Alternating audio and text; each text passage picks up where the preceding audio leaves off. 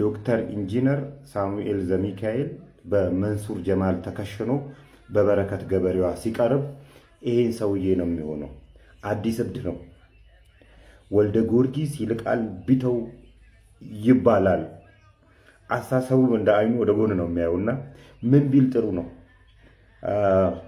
በ5 ዓመት ውስጥ የሀገሪቷን ጠቅላላ ዕዳ የሚከፍል ቴክኖሎጂ ይዤ መጥቻለሁ አለ። ምንም አላፈረም።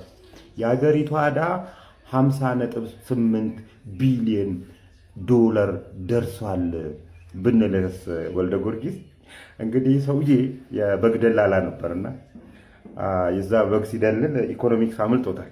ስለ ኢኮኖሚክስ ምንም አልገባውም። የዋይቢኤስ ሱፐርማርኬት ባለቤት ነው። አሁን ዱባይ ነው የሚኖረው። ምን እያደረገ መሰላችሁ? ኢትዮጵያውያን የተቸገሩ ኢትዮጵያውያንን ኢንተርፕረነሮችን ብር ሰጣለሁ፣ የተቸገራችሁ ሰዎችም ወደ እኔ ብር ሰጣለሁ፣ ነገር ግን ብር ከመስጠቴ በፊት ደረሰኝ ይቆረጥላችኋል እያለ ነው። ወዴት ደረሰኝ ስትቆርጡ ደግሞ ብር ትከፍላላችሁ። ብር ቆርጣችሁ ትከፍላላችሁ። ከዛ እሱ ብር ይሰጣችኋል። እንግዲህ ብዙ ችግረኞች አሉ። አሁን ይሄን ሰምተው አንድ 50.8 ቢሊዮን ዶላር የሀገሪቷን ዕዳ ሊከፍል የሚችል አቅም ያለው ሰው ነው። ለብዙ ሰዎች እርዳታ ይሰጣል፣ ባለሀብት ነው ብላችሁ ታስባላችሁ። ብዙ ሰዎች ይመዘገቡና ትኬት ይቆርጣሉ፣ ብር እየከፈሉ ማለት ነው። ባለሀብት የሚሆነው ማን ነው? እሱ ነው፣ እናንተ አይደላችሁም። እና እቺ ጊዜ ያለፈባት የበግተራ ሸዋሸዋን እዛው በሰፈረ ታረጋታለህ። ወልደ ጊዮርጊስ ልንገርህ፣ ከዚህ በፊት ሲበሉ የነበሩ ስንጮህ የነበረው ህብረተሰባችን ከተበላ በኋላ ነበር፣ ወይም ግማሹ ተበልቶ ግማሹ እንዳይበላ ነበር ስንጮህ የነበረው። በአንተ ላይ ግን አዲስ ስታይል ነው የምንጀምረው። አትበላትም፣ በፍጹም እከታተልሃለሁ። አትበላትም ነው የምለው። 50.8 ቢሊዮን ዶላር የሀገሪቷን ከየት አምጥተኸው? በምን አቅምህ? በምን ትምህርትህ? ይሄ እኮ ድልልና አይደለም እኮ በግ መደለል አይደለም። እና ዋይቢኤስ ሱፐርማርኬት ላይ የጀመርካትን አሻጥርም አስቁመናሃል። ኦልሬዲ ከረቂቅ ትሬዲንግ ጋር በመተባበር የጀመራችሁትን አስቁመናሃል። አሁንም እቺን አትበላትም፣ ታወራታለህ እየወጣህ እንጂ ነው የምላችሁ። ፖሊስ መምሪያ ነው እንደዚህ የሚለው። 100 ኪሎ ግራም በጣም ብዙ ነው። የአንድ ክፍለ ከተማ ነዋሪዎችን በጠቅላላ ማስጦዝ ይችላል።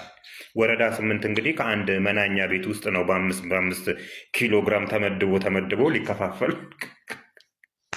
የተያዘው። እንግዲህ ከዚህ ከመናኛ ቤት ውስጥ 100 ኪሎ ግራም መያዝ ከተቻለ እነንትና ጋር በቶን ያለው ማለት ነው። በቶን ተቀምጧል ማለት ነው። ህዝቤ ለካ ምን ነው የተረጋጋ ሰው ጠፋ ላለው ይሄን እየጦዘ ነው። ለምሳሌ ቦታቸውን እየጠቀስን እናውራ፣ እንትን እንደ ሀሜት እንዳይሆንብን ማለት ነው።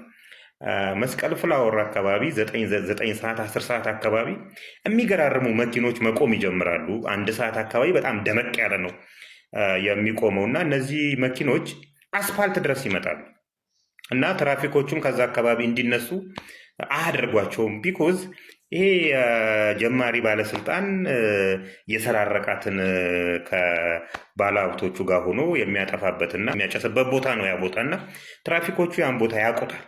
ስለሚያውቁት ከነሱ በላይ የሆነ ጫና ሊመጣባቸው ስለሚችል የህዝብ ትራንስፖርቶች በብዛት ተሰልፈው በቃ በጣም ትራፊክ ጭንቅንቆች ይበዛሉ። እዚህ አካባቢ ማታ ላይ 11 12 ሰዓት አካባቢ 1 ሰዓት ላይ እየለቀቀ ይመጣል።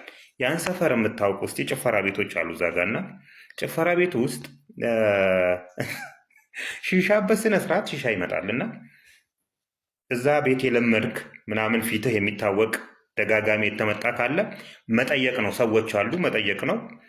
ይሸጣል፣ ጥቅል ይሸጣል። በቃ እኛ የዳታ ጥቅል መግዛት አቅቶናል።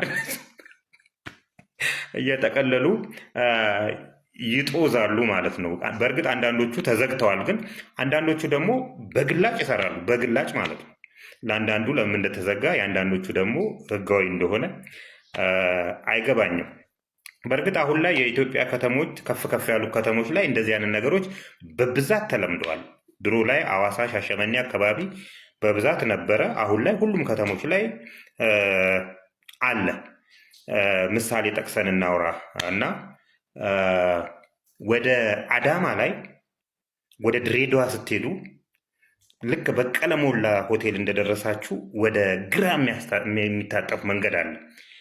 ወደ ማርያምን ይዛችሁ ማለት ነው። የድሮ ባቡር ጣቢያ የሚያስኬድ እና ወደ ላይ የሄዳችሁ የማርያም አጥርን ሳትጨርሱት አንድ ቀጭን መንገድ አለ የሚያቋርጥ ማለት ነው። እሷ ጫፍ ላይ የማርያምን ጠርዝ ይዛችሁ ፊት ለፊት ላይ አንድ ቤት አለች። አጥሯ ድክም ያለ ነው። ቤቷም በቀይ ሸክላ ድንጋይ የተሰራች ነች። የቆየች ቤት ነች እና እዛ ቦታ ላይ የማይቆም የመኪና አይነት የለም። ከተሳሳትኩ እታረማለሁ። የመኪኖቹ በጣም ትላልቅ እንደሆኑ ያስታውቃሉ። ጸጥ ያለ ቤት ነው። አጥሩ ገርበብ ብሎ ተከፍቷል፣ ወይም ሙሉ ለሙሉ ይዘጋል። ዝምታ ቤት፣ ዝም ያለ ቤት ነው። በቃ ይሄ ቤት አምናም ነበር፣ ካቻምናም ነበር፣ በኢህአዴግ ጊዜ ነበር፣ አሁንም አለ ያ ቤት እና እዛ ቤት እንግዲህ መጦዣ ቤት ነው። ከፍተኛ ሚሊየንስ ብር ነው የሚቆምረው። ይጨሳል ምናምናምን። በቃ ስትገባ አዲስ ፊት ከሆንክ የሆነ ጥግ ላይ ያስቀምጡሃል። የምትታወቅ ከሆነ ደግሞ ሻግ ቦታ አለ። እዛ ቦታ ነው እንደዚህ የሚደረገውና እቺን ወሬ እዛ ሲተበልቶ አርፎ የተቀመጠ የድሮ ባለሀብት የአሁኑ ደሃን የነገረኝና ማህሌት አረፈሸዋ ዘለቀ ትባላለች። የፕሮቴስተንቱን ማህበረሰብ ወደ ካናዳና አሜሪካ እልካለው ባይነች። ከጠቅላይ ሚኒስትሩና ከቀዳማዊት እመቤት ዝናሽ ታያቸው ጋር የጠበቀ ግንኙነት አለኝ። እንዲያውም ጠቅላይ ሚኒስትሩ የኖቤል ሽልማት ሲሸለሙ አብሬያቸው ነበርኩ ብላ ፎቶ አሳይታናለች ባይነች። ቴሌግራም ቻናሏ ላይ የምትጠቀመው የጠቅላይ ሚኒስትር ጽህፈት ቤት አርማን ነው የምትጠቀመው እና በእንደዚህ እያለች ነው በፕሮቴስተንቱን ማህበረሰብ ያሳመነችው። እነዚህ ማህበረሰቦች እንግዲህ ልጆቻቸውን ከትምህርት ቤት አስወጥተው ትምህርት ምን ያደርግልሻል ካናዳ አሜሪካ ትሄጃለሽ ብለው 1.2 በሲንግል 1.2 ሚሊዮን ብር አስረክበዋት የሌላቸው ሰዎች ደግሞ 500 ሺህ ብር ይሰጡና የቀረውን 700 ሺህ ብር ካናዳ ወይም አሜሪካ ሲደርሱ ሰርተው እንዲሰጡ አግሪመንት ፈርመው ጥፍት ትላለች። ከዛ በኋላ ጥፍት የት ትግባ አይታወቅም። ቆይታ ሲያገኟት ከጠቅላይ ሚኒስትሩ ጋር ወደ ውጭ ሀገር ለስራ ጉዳይ ሄደን ነውና ሶሪ ብላ ለሌላ ቀን ቀጠሮ ትሰጣቸዋለች። ሌላ ቀን ቀጠሮ ሲመጡ ፌዴራል ፖሊስ ልካባት አስገረፈችን ይላሉ ተጠቂ ማህበረሰቦች። እና የኛ ማህበረሰብ ለመበላት ያለው ቅርበት ትንሽ መዋሸት፣ በቃ ትንሽ ከዋሸ ኪስ ውስጥ ያለውን አውጥቶ ለመስጠት ፈቃደኛ ነው። እና አሁን ላይ ሀገራችን ላይ ወደ ውጭ ሀገር እልካችኋለን የሚሉ ኤጀንሲነን ባዮች ብዛታቸው ልነግራችሁ አልችሉም እና ተጠንቀቁ ለማለት ነው። እቺ ደግሞ የባሰባት ገንገበት ናት። ስሟንና ፎቶዋን ፖሊስ ስላለጠፈልን እንጂ አሳያችሁ ነበረ። እነዚህ የምታዩቸው 3 ሰዎች ደግሞ እንግዳ ሰው ደምሴ፣ ምንተስኖት መንበረና አንድነት አለሙ ይባላሉ። የካ ወረዳ 9 ሳሊተ ምሕረት አካባቢ ያገኟትና እንዲህ ይባታል። ሎተሪ ደርሶን ነው። ሎተሪውን ልናወጣ ስንል ግን ቅድመ ክፍያ 50 ሺህ ብር ብሔራዊ ሎተሪ ክፈሉ አሉን። እኛ ደግሞ እጃችን ላይ ይሄ ብር የለም፣ 50 ሺህ ብሩን ክፈይልንና ብሩን ስናወጣ 50 ሺህ ብር እንመልስልሻለን፣ ከዚህ በተጨማሪ ለልጆችሽ ሽልማት እናበረክትላቸዋለን ብለዋት ከዳሽን ባንክ ሄዳ 50 ሺህ ብሩን አውጥታ አስረከበቻቸው። አሁን ይሄ የሌብነት ታክቲክ ስንት ጊዜው አፄ ቡጡል ገዝተው ባስቆሙት የሌብነት አይነት ብሯን ተበላች ማለት ነው።